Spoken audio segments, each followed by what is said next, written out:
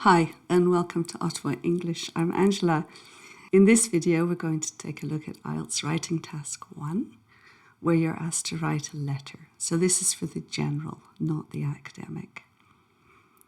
The prompt that we're going to respond to is you recently moved into a neighbourhood and would like to join the local sports centre. So you've got at least 150 words to write a letter to the manager where you introduce yourself, explain why you're interested in the sports centre, and ask some questions.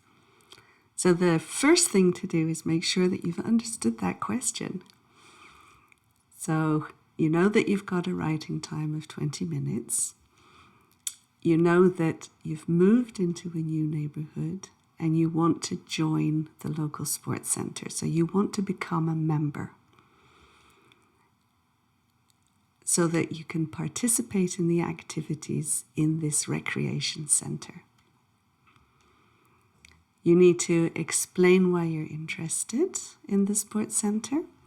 You need to ask some questions and you need to introduce yourself. So in that 20 minutes, you need to write a letter in which you have an introduction that introduces your main ideas. You need to explain why you're interested in the sports centre. You need to ask some questions, and then you need to have your salutation. Because we're talking about a sports centre, it's important to remember that workout in 2 words is a verb, whereas workout that's just 1 word is a noun or an adjective. So let's take a look at the response that I've prepared here. I start with that salutation. Dear Sir, everything's capitalized. I look forward to hearing from you soon. Regards, Jenny Mole.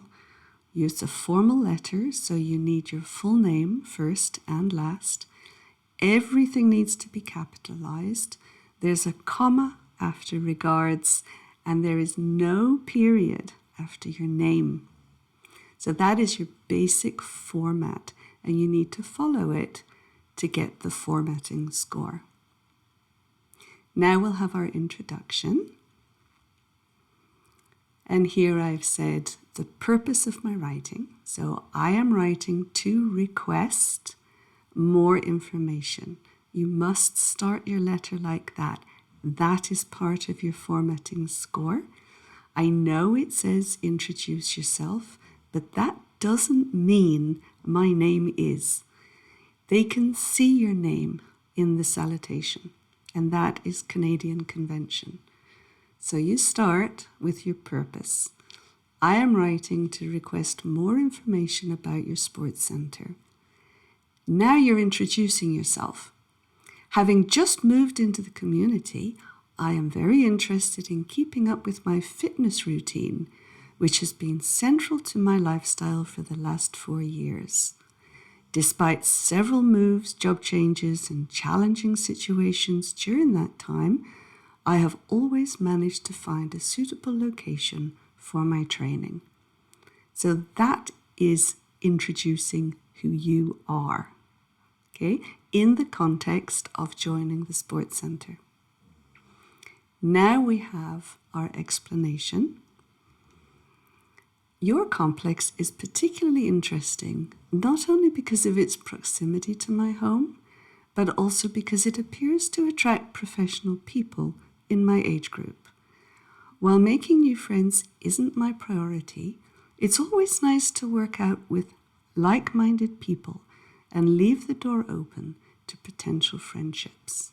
So I've explained why I'm interested in this sports centre, what it is that's attractive. And then I have my questions. And here I have 2 questions. So although I've scoured your website, neither the availability nor the cost of childcare is obvious.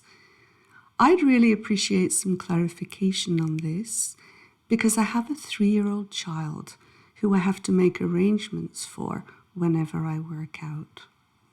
And then my second part of my question is, I would also be very interested in knowing your fees opening hours and group schedules, particularly for yoga and aerobics.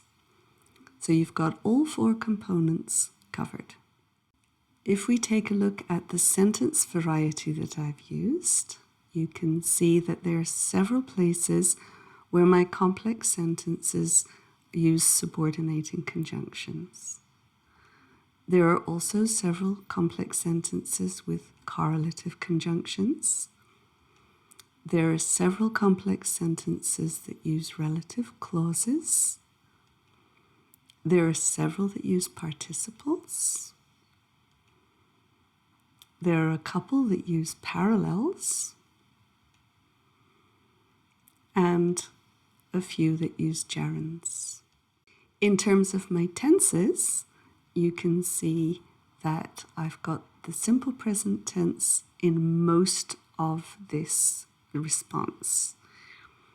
The continuous present only appears one time right at the beginning because it's what I'm doing right now. I am writing, okay? And then the present perfect appears in a couple of places because I'm explaining what I have done up to now in my lifetime that's not finished. So in terms of picking up your points, you want to think very quickly and settle on 2 relevant main ideas. You can pick up structural points by separating your response into your introduction, your main ideas, and your salutation. You want to make sure that you've finished developing each main idea with examples and details before moving on to the next one. You want to use the language efficiency techniques like parallels, relative clauses, and subordination. You want to remember your tense endings, vary your sentence structure, and make sure your punctuation is accurate for all of the different types of complex sentences that you use. And finally, make sure that you write more than 150 words. That 150 is your absolute minimum. If you're preparing for your test or you just need some help with your English, remember that working with a tutor turns your passive learning into active learning, targets the things that matter so you progress quickly, and saves you time trawling through YouTube. If you need some help from me, give me a call, 613-614-6460. You can also email me, angela@ottawa-english.com. I hope you have enjoyed my video. Thank you for watching. Bye-bye now.